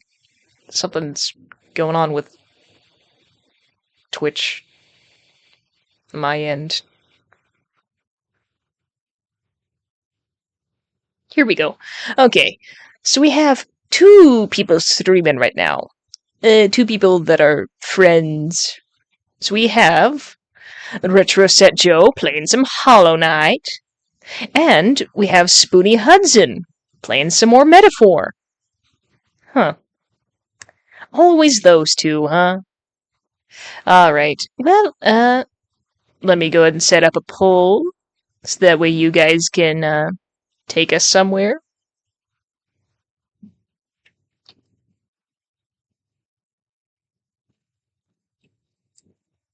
So I'm just gonna put, like, nicknames for them, and then the games that they're playing, since there is a limit.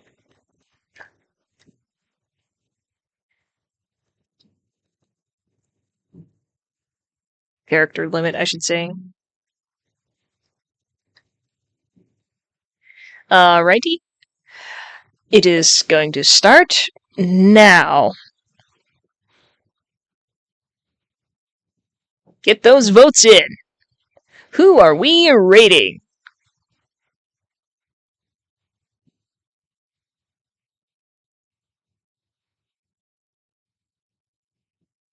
Did it go?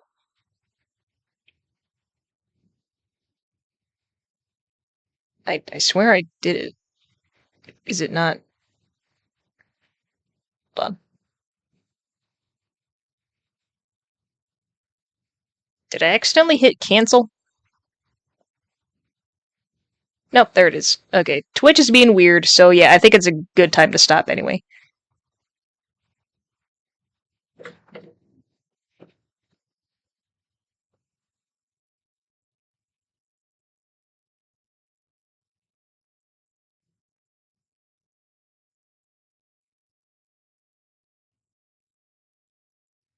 Alrighty, we are heading over to Spoonie.